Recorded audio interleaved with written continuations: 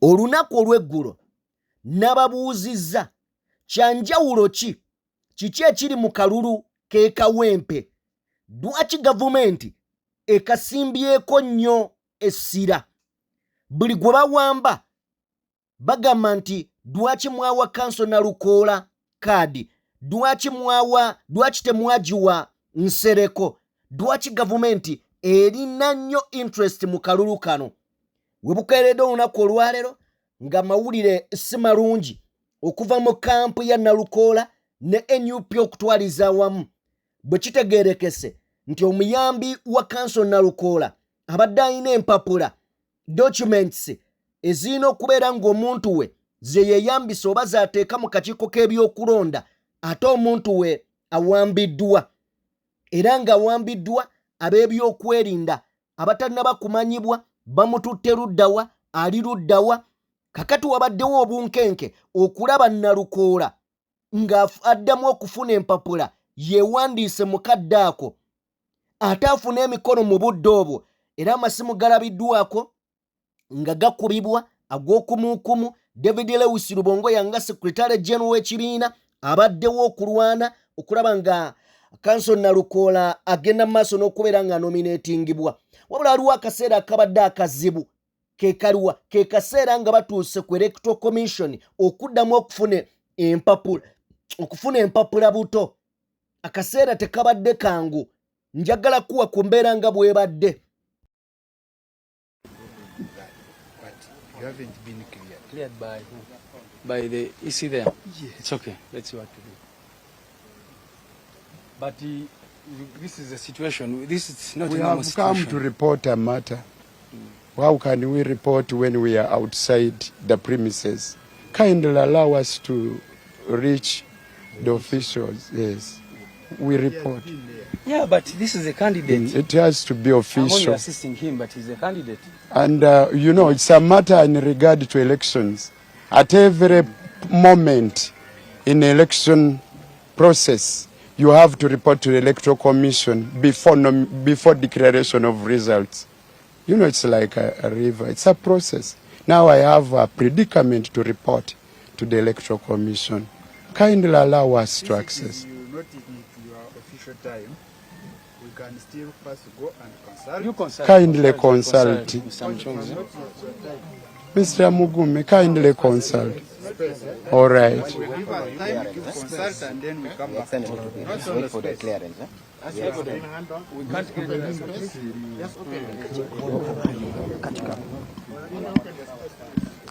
That is a Eyo yembeera nga bwebadde. Wabaddewo akakwegamba okunyoolagana mu kukkiriza Nalukoola okugenda okufuna empapula, naye amaze n'azifuna. Nga bw'omulaba ku screen awo, Luyimbazi Nalukoola ng'ali ne Secretary General w'ekibiina David Lewis Rubongoya balabiddwako nga bakuba amasimu ag'okumuukumu, era nga baagala abantu abasobola okutuukawo mu budde babawe emikono okusobola okujjuza empapula ate obujja okujjuza empapula endala, so that kanso Nalukoola anominatingibwa. Era basobodde okubeera nga bakikola, emikono ne giwera, buli kimu ekyetaagisa bakifunye, empapula ne ziweebwayo. Kino nno babadde bakibaze nga bagamba nti nominations zitandika ssaawa 5, ndowooza ziggwa ssaawa nga 7, ne NUP ekoze ekisoboka okakasa nti Luyimbazi Nalukoola munnamateeka muwogeza ddembe asobola okubeera nga ateekayo empapula. Kiwedde ziteereddwayo. Omuyambi we yakwatiddwa tannaba kumanyikako mayitire, wabula kigambibwa nti babyakwerinda be bamuwambye. Kinajjukirwa nti bonna abeekuusizza ku kuyamba Nalukoola okubeerako watuuka bakwatiddwako, okutandikira ddala ku kakiiko k'ebyokulonda ka NUP akakubiriza debate eyaliwo. Luyimbazi Nalukoola mwe yayita okunywamu banno akendo n'aweebwa kaadi, baakwatibwa bonna bana. Era ebigambo byabwe mwabiwulira nga bagamba baali batubuuza nti lwaki mwawa Nalukoola kaadi ne mutagiwa Nsereko. akalulu k'ekawempe kayina engeri gye katandise otulengeza ebintu ebimu. Kayina engeri gye katandise otulengeza ebintu ebimu. Naye njagala kubeera nga nkuwa obubaka buno. His Excellency Bobi Wine yataddeyo obubaka. Obubaka bwe yataddeyo ng'agamba bw'ati. Ng'agamba nti bagezaako okubeera nga batukkakkanya. Naye nga tebannaba tukkakkanya basooke bakkakkanye abatufuula kye tuli. Yabadde ategeeza nti musooke mukkakkanye omukwano gw'abantu gwe batulinako. Naffe mujja kuba mutumaze. Ne bwe baba nga abatuwagira weebali, mmwe temulina kye tukola. Statement yabadde nkulu nnyo. Luyimbazi Nalukoola takwatiddwa. Naye ng'abamu ku bantu abakwatiddwa mwe muli omuyambi we. Era nga bagobeddwa okuva ku muzikiti gwa Mbogo. Abamu bakwatiddwa, abalala tebakwatiddwa. Mu babaddewo nga beetegese okuwerekera Luyimbazi Nalukoola mwe muli n'omwami Washamimu Malende ne munnamateeka. Y'omu ku balemeseddwa. Electoral Commission egamba nti yayise abantu babiri bwe bati. Igwe agenda okwesimbawo n'omuyambi omu. So okusoomozebwa kunene. Naye mbadde ndaba Nalukoola avuddeyo n'abaako obubaka bw'atuwadde. Bwe njagala okusooka okuwa mu kiseera kino, David Lewis Rubongoya ayina tooki gy'atukubidde. Abantu b'ensi eno ndowooza mulaba bye tuzenga tubagamba ku basajja bano abasibira mu bbwa. Batitizi nnyo batya n'ebisikirize byabwe. Labayo bwe bajja okuwamba omuntu wange gwe nalonze abeerenga yankiikirira ne bwe mba nga siriwo, ng'ayina buli ekyo ekirina okukozesebwa mu nomination. Ne bamubuzaawo mu ngeri eyo ey'amancoolo. Ebikolwa bino bibi nnyo. Bebikolwa ebiraga nti gavumenti eriko tekkiriza demokrasiya kubukala. Demokrasiya bamulinyiridde batandise omufootola. Ddala tutuuke n'okuba nga tetukyalina wakutandikira oluvannyuma lw'okugenda kwabwe. Ebikolwa ebyo tebisanyusa. Buli muntu ayagala eddembe ne demokrasiya mu nsi muno asaanye bivumirira. Naffe tubivumirira. Embeera bwetyo bweri mukwano gwange ampuliriza era gy'osinziira okubeera ng'otugoberera. David Lewis Rubongoya atukubidde tooki ng'obululu obulala bwe buzze bubeera nga Mwami Museveni ne banne bwe baagala okukola akalulu k'ekawempe. Katufune ku bigambo bya Lewis Rubongoya. The regime has gone rogue. They have become complete thugs. They have become, I don't know what to use, what words to use. As you can see, these are fresh nomination forms which we've just gotten from the EC office here. They are not even completed because Councillor Nalukoola completed his process long ago, and this morning the person who had those documents, who is our chairperson for mobilization, Selwini Charles, was abducted by gunmen moving in a drone and taken away. Up to now, we don't know where he's being held. So you can imagine, all his original documents have been taken. So we've spoken to the EC here. They've told us the requirements, and we've decided to come here and camp here and get all the required documents from here and see if the thugs will even come and abduct us or this candidate from here. So that is the situation. But we condemn this in the strongest terms possible, because how can they do this on such a day when they know that he was supposed to be nominated at 11, but either because they are too scared of him or whatever. You remember what they did in Bukedea and other places. This is the same thing they are doing. That's what I will ye banga lyonna Museveni abadde azannya akazannyo ke ng'akazannyira ku budde ng'akimanyi nti omuntu yenna amuvuganya, it is a matter of time ajja kutuuka ekiseera abiveeko oba asobole omucompromisinga. Kubanga kya nnaku nnyo okubeera n'omukulembeze avaayo nga mwakava mu kulonda naga nti ekibiina n'abawagizi ba National Unity Platform abo ngenda kubasaanyaawo, abo tebaliiwo, I'm going to crush them, they won't be there. Omuntu omukulembeze ng'olina ensanga naawe olina abaana nga naawe wennyini wajja n'ovuganya obote ne batakutta Nobeerawo mpaka lwobadde mu buyinza emyaka 4 naye nga tewaliwo akusse gwe nolowooza nti omuntu yenna bw'anaavaayo olw'okuba takuwagira ayina kufa bufiyu era talina ddembe lya buntu kubeera mu Uganda. Eyo ye fundamental change. Eyo ye fundamental change. General Museveni yagamba nti tugenze mu nsiko okuleeta fundamental change. 10-point program ze mwayogerako nga nti ebitututte mu nsiko kulaba nga tufikisinga ebintu nga bino. Ng'essaawa eno tewaliiwo kikolebwa oluvannyuma lw'emyaka 4. Abantu oba ogenda kubagamba ki? Bw'obanga wafuna omukisa Katonda n'akuwa obuyinza okuva mu 1986 okutuuka kati ogenda kuyingira myaka 4 mu buyinza, abantu bannayuganda oba okyabaagaza ki? Era kiki ky'oyinza okugamba nti mu myaka gino gyonna 39 egikunukiza myaka 4 nti waliwo ebinnemye bye nneetaaga ekisanja ekirala mbimalirize? Bwe guba nga si mululu.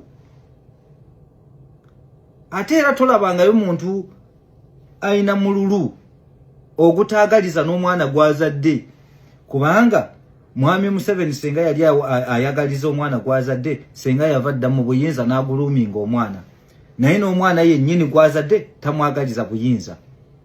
Era kyova olaba asigala naye amuzannyira ku mutwe nga bwayeyongere okubayenga time mpaka Mungu lwali mujjulira nga ali mu buyinza nga ali mu ntebe. Ate tafaayo. Tebakulimba nti Mwami Museveni afaayo ku future ya family ye n'abaana be n'abazzukulu be oluvannyuma lw'obulamu bwe. Ekyo tekimuli mu bwongo, kubanga singa kyamuli mu bwongo, it is a high time for him to think about that. Naye ebbanga lyamaze mu buyinza n'okuba kati nga bamumanipulatinga ne bamukozesa ensobi zino zonna eziri open. Kubanga Museveni wa 1986 ku 2006 yali tali bw'ati. Era nkakasa nti mwenna abamu ku basinga abalaba video eno between 1986 ne 2006 mwali muwagira Museveni. Between 1986 ne 2006 mwenna abasinga abalaba video eno mwali muwagira Museveni. Lwaki? Ebyo bye yayimirirangako bye yajjanga atugamba from that time, ebyo bye byamuwagiza abantu. Naye olw'okuba nti yava ku mulamwa nga tewaliwo kikolebwa ky'oyinza kuteeka ku minzaani n'okiraga abantu, aba ayina kuva buvi mu buyinza. Kubanga Uganda ebaddewo ebbanga ddene. Kubanga Mwami Museveni yennyini bwe yali akajja mu buyinza yayogera n'agamba ebimu ku buzibu. The cancer of Africa and the African leaders is because when they get power, they do not want to leave power. And he described that as the biggest problem that Africa was facing. Leaders that are incompetent and they stay in power and they want to die in power. And that's exactly what he's doing. So it is simple mathematics. Nti Mwami Museveni yali mu kupanga engeri gy'agenda okwenyoleza mu buyinza oluvannyuma lwa myaka 2026. Ate era wano we muyina okulabira, kubanga ffe abalina galubindi ennene tukiraba. Kubanga ebintu ebikola bibadde biyamba Mwami Museveni okwenyoleza mu buyinza bibadde bintu nga 3 oba 4. Ekisooka ye poliisi, amagye n'ebitongole ebirala byonna ebyokwerinda. Ebyo byonna abirina mu nkwawa. Bw'avaawo n'akwata akakiiko k'ebyokulonda n'abawa omusimbi gwonna, n'akwata abawagizi bakkaada baani bonna nga bo bawagizi b'NRM be basooka okufuna emirimu mu Electoral Commission. Kati ate bw'atuuka okunoonya akalulu n'adeployinga the entire state machinery okumunonyeza akalulu. Kati omuntu ng'oyo ogenda okumuwangula otya mu kalulu? Nga chairman wa Electoral Commission yamulonda, amuddirira yamulonda, akakiiko konna yakalonda. Okugula obululu gye buva government ye yebumonitoringa, yebupulintinga n'ebuleeta. Okubutransportinga okubujja mu kifo kimu okubutwala ewalala, abawagizi be bennyini abali mu bitongole ebyekuumaddembe era be babutambuza. bwobutuuka okubalirwa n'okulangirira ni awangudde musajja we gwe yadiployinga ali mu nkwawa yasoma ebimuweereddwa nti soma bwoti. Era kyobula mu interview yange yayita nabagamba nti Mwai Museveni already bamuwadde dda 73% in 2026 general elections. So the problem here, the problem we are facing here in Uganda is leadership problem. Obuzibu bwetulina obunene mu Uganda wano is leadership. Tewaliwo bulala. Kubanga eggwanga lyaffe gagga. Tewaliwo kya bugagga wano kye tutayina. Oba cobalt, oba copper, oba diamond, oba gold, oba mafuta, ebyo byonna tubirina. Naye on top of that, ne tubeera ne population tuyina ennamba z'abantu ezimala okusurpassinga ebintu ebyo byonna okubikosa ne tubijjamu munansi n'abifunamu. Ne tubeera ne population 75% young population bali below 35 years. 75% of the entire population of 45 million people. Amawanga agasinga n'ensi ezaakulaakulana agali mu G7 gasafalinga kubanga kiri vis-a-vis nti bobo olaba nti ensi ezimu ezisinga ezo eza Europe eza North America zosanga ng'ate 75% ye old population ng'ate 25 ye young population ng'ate bo balina obuzibu obunene. Naye ffe mu Uganda it is vice versa. Naye ate tuyina the poorest citizens in the country. Mubeera mu nsi nga munansi munafu nnyo nga talina namaanyi talina wasobola kwekubira ndulu naye ng'omugwira alina obuyinza n'obukola mu gavumenti n'obukola emirimu gya gavumenti n'okusalirawo mmwe bannansi biki bye mulina okukola.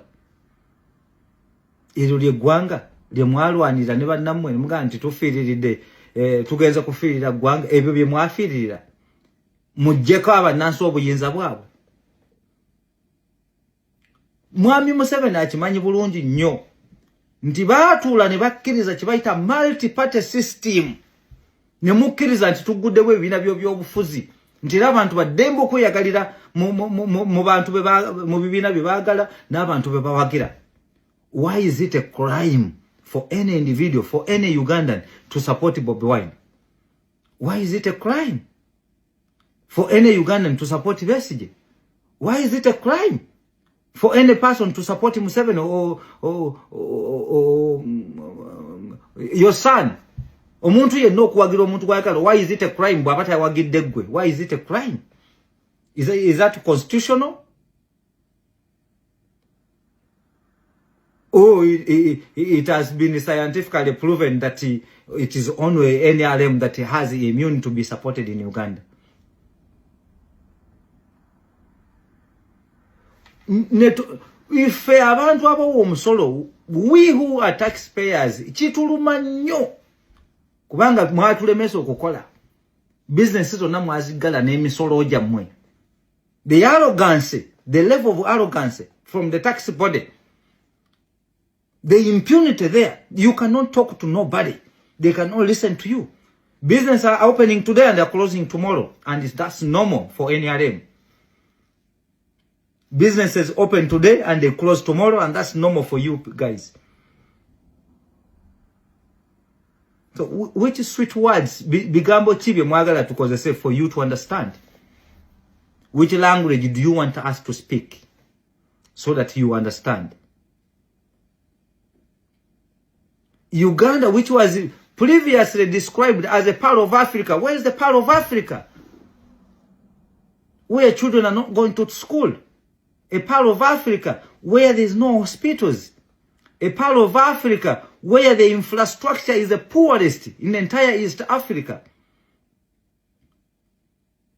A part of Africa where corruption is the order of the day. A part of Africa where its leader is an advocate for corruption. When the IGG comes out and say we are going to start now fetching and arresting the corrupt, you as a president, you come out and say leave them alone as long as they are stealing and they are investing this money here. Come on. You will never understand the pain we go through to survive. because God may not give you a chance to live our lives. You have been in power for 40 years. You may not get a chance to establish a small business. You may not get a chance okulinyako boda oba okulinyako taxi. Oyinza obutafuna mukisa okutwala omwana we mulago n'afiira ku cement ng'omulaba. Oba okutwala omwana kyemuyita health center 1 3 or 4 5 zonna eziri ezitamulimu basawo temulimu ddagala temulimu kirimu. Goyinza mwenna abali kuno abawagira NRM muyinza obutafuna mukisa ogwo ku experience nga kintu kino. But not until you experience it ojja okutegeera. So the problem of Uganda is not the people. No, it is leadership. Once we solve the issue of leadership, okuva ku mitendere gya wansi mpaka waggulu, we are a good country.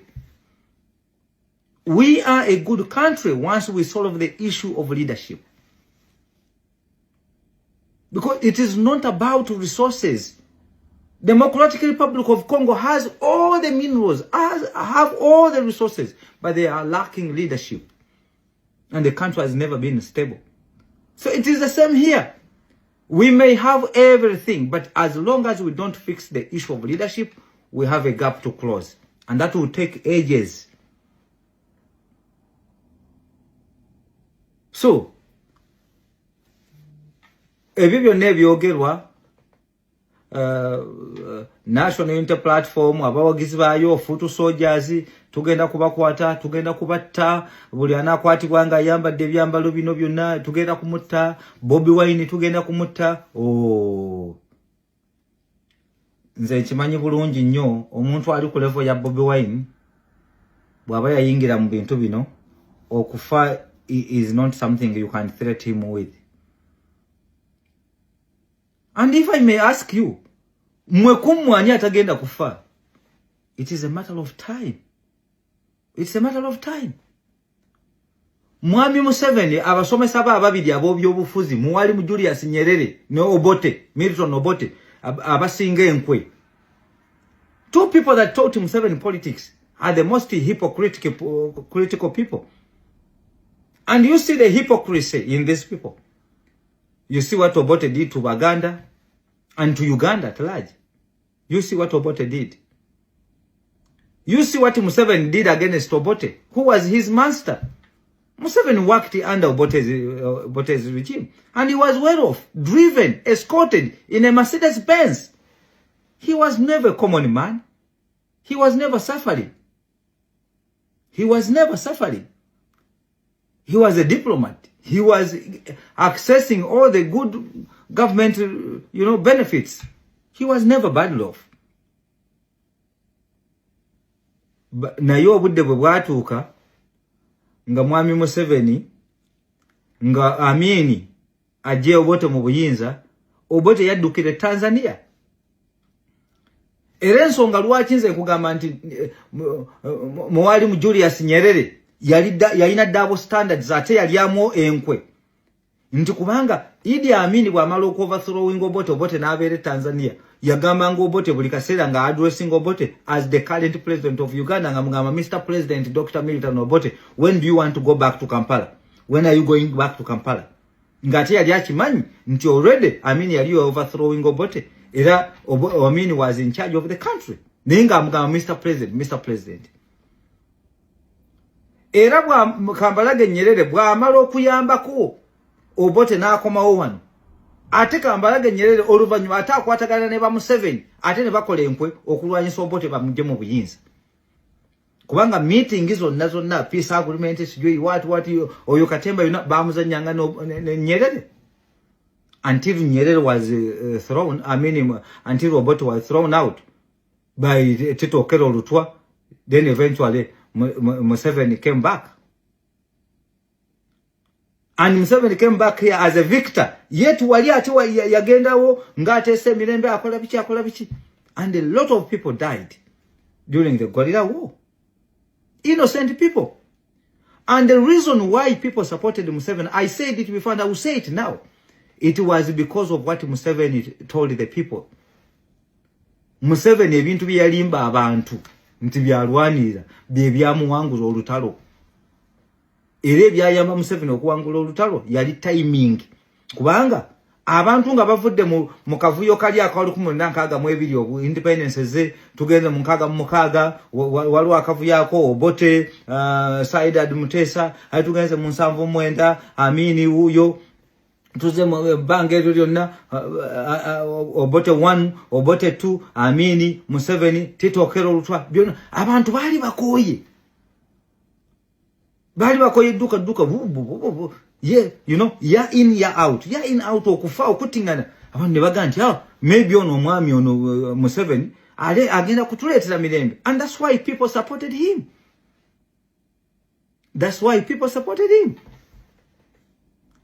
Naye kati mbulira the 10-point programs bajirako biruwe ebikoleddwa tebiriwo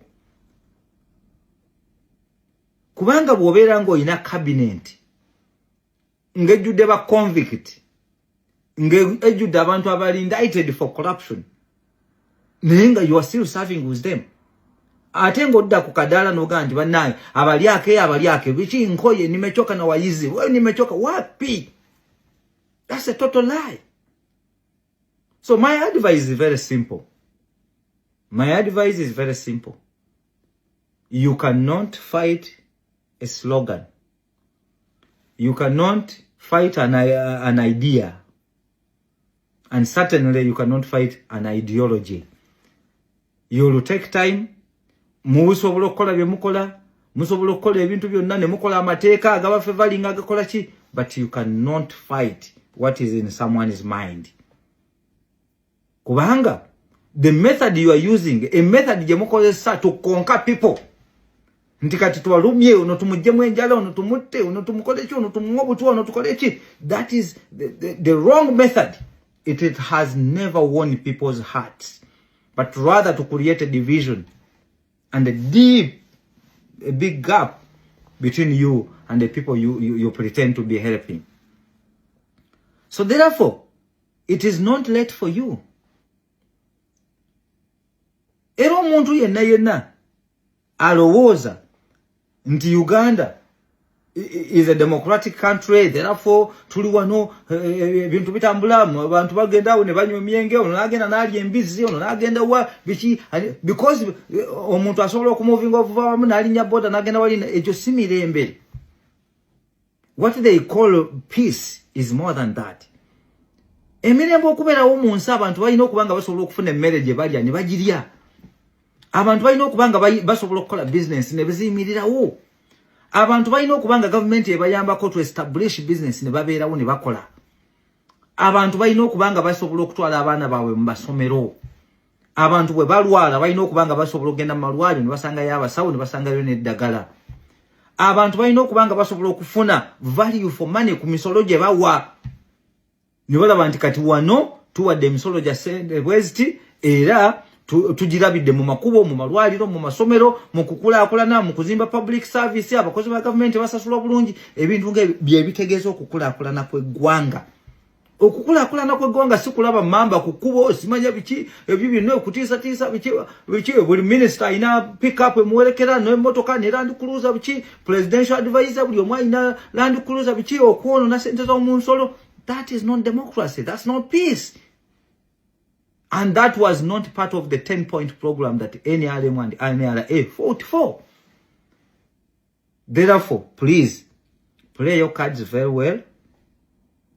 Obudde tetulina bungi nnyo. Naye kyemulina okumanya nti waliwo kye bayita eddembe ery'obwebange n'eddembe eriweebwa buli muntu yenna. Abantu temubajjaako ddembe lyabwe kwetegerera na kukola bye balina kukola. Abantu mubaleke buli omu alonde gwayagala. Ate era gye mukoma okwogera ku Bobi Wine awo wekigenda okubasiira ddala kubanga Bobi Wine agenda kubasiiwa mumuwulire mutwe mubigere mu wabona ate nga mu promotinga. So Mwami Muhoza agende maaso n'okugamba Bobi Wine nja kumutta Winnie Byanyima esawa yonna Besigye tugenda muhanginga oyo gundi byonna ebyo byonna abikole kubanga biyamba to justify abantu ebbanga lyonna kye tuze twogerako yabikole byonna atise avume banne akole buli kimu ebyo byonna bijja justifying what we have been saying for many years ago. I thank you so much. See you next time.